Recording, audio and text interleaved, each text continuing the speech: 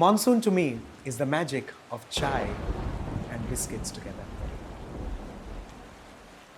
And talking about biscuits, when you have a Scottish shortbread recipe, that's all that you need. In this new series of Chai Diaries, I'll be talking about different snackables that you can serve, of course, with chai. This is me, Varun Namdar. Let's begin Scottish shortbreads. This recipe of a Scottish shortbread is quite a classic.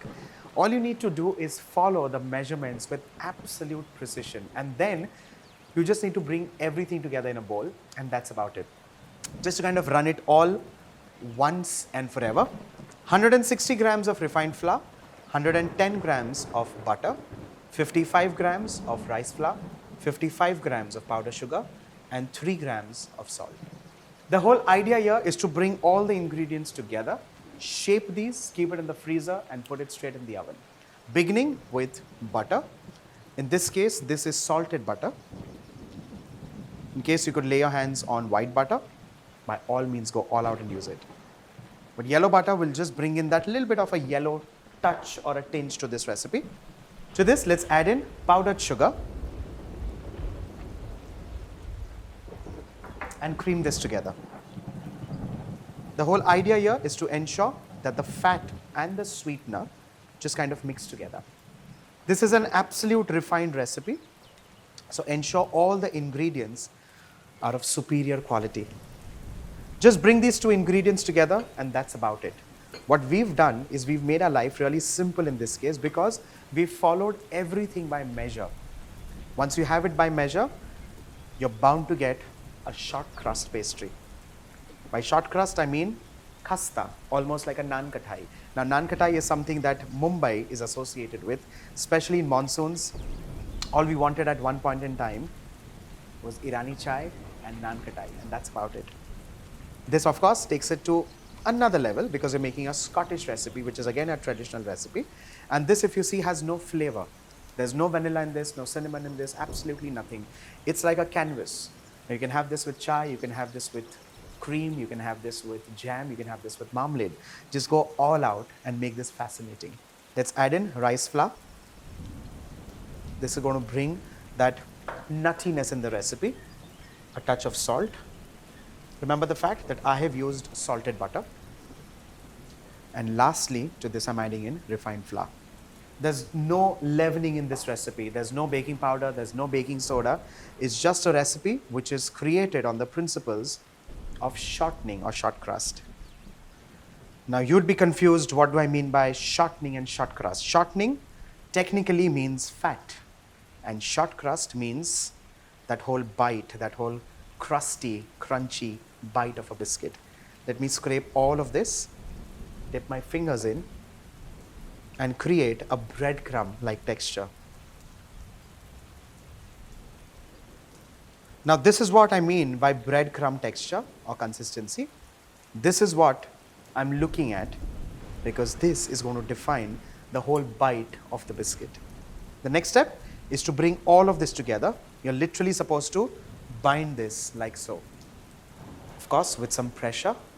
Now to achieve this and to make it simpler, I'm just going to add in like a teaspoon of water. There you go, just a few splashes, and just bring all of this together. Now traditionally, you may or you may not want to do this. All you can do is with the warmth of your palm, you can just bring the entire dough together, and that's about it.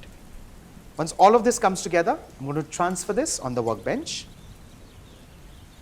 Ensure the workbench is clean and sanitized. Let's bring this together like so. Of course, while doing that, I'm also going to press it. I'm giving it some pressure so it starts flattening out and starts coming together. Now this comes in, of course, the cookie category. And in this case, the cookie is a very high fat cookie. Use a scraper. Try to give it a shape. And in this case, like a rectangular shape. I'm going to use two bakery tools in this case. I'm going to one, and you're going to use a rolling pin. With the rolling pin, you're going to flatten this out, and with the help of a scraper, you're going to get it back in shape. With all the working that's happening, at this stage, the dough is becoming to warm up. Let's scrape it from the bottom and transfer this on a butter sheet. Well, this way, it'll just become easier for us to lift it after getting the shape right. What's important at this stage is also to get the thickness of the cookie right, because we are not going to get to that stage again. Once this is flat and of even thickness, I'm just going to start folding the paper for ease of cutting, nothing else. You may not have to do this. Now, the whole idea is to cut this into a 2-finger mark and of a similar size. So let's get that right.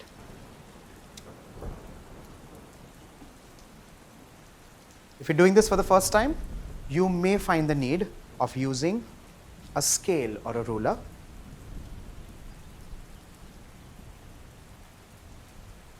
Once we do it lengthwise, I'm just going to turn the sheet and continue trimming the edge off, and of course then getting it in the shape that we desire. The edges, of course, can all come together and become another cookie completely.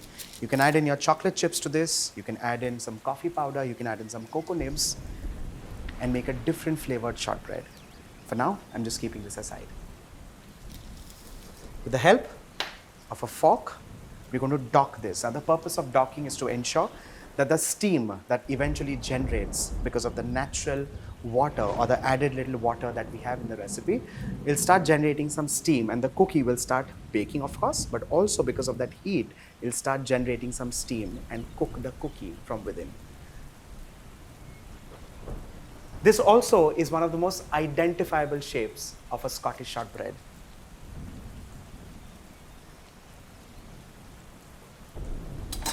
The docking is done and ready. Let me transfer this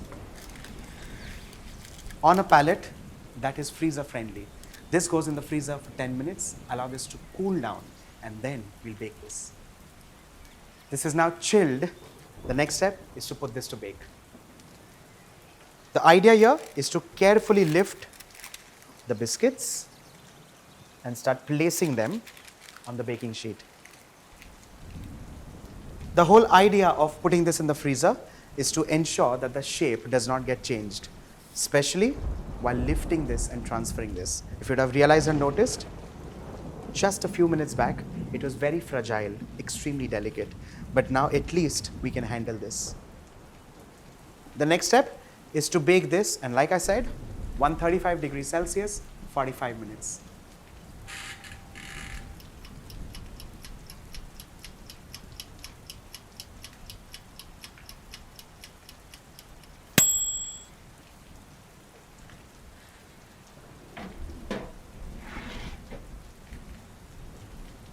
With this, our Scottish shortbreads are done and ready. Now, it's quite a misnomer because we call this a bread, but it's actually a cookie. Well, the word short, like I said, comes from the word shortening and short crust. This is done and ready. Allow this to cool down on the tray itself. Like I said, it doesn't have that color. It's still pale white, but it's still crunchy and beautiful. Make this for your family, make this for your friends, and all you need is a chai. Bye for now.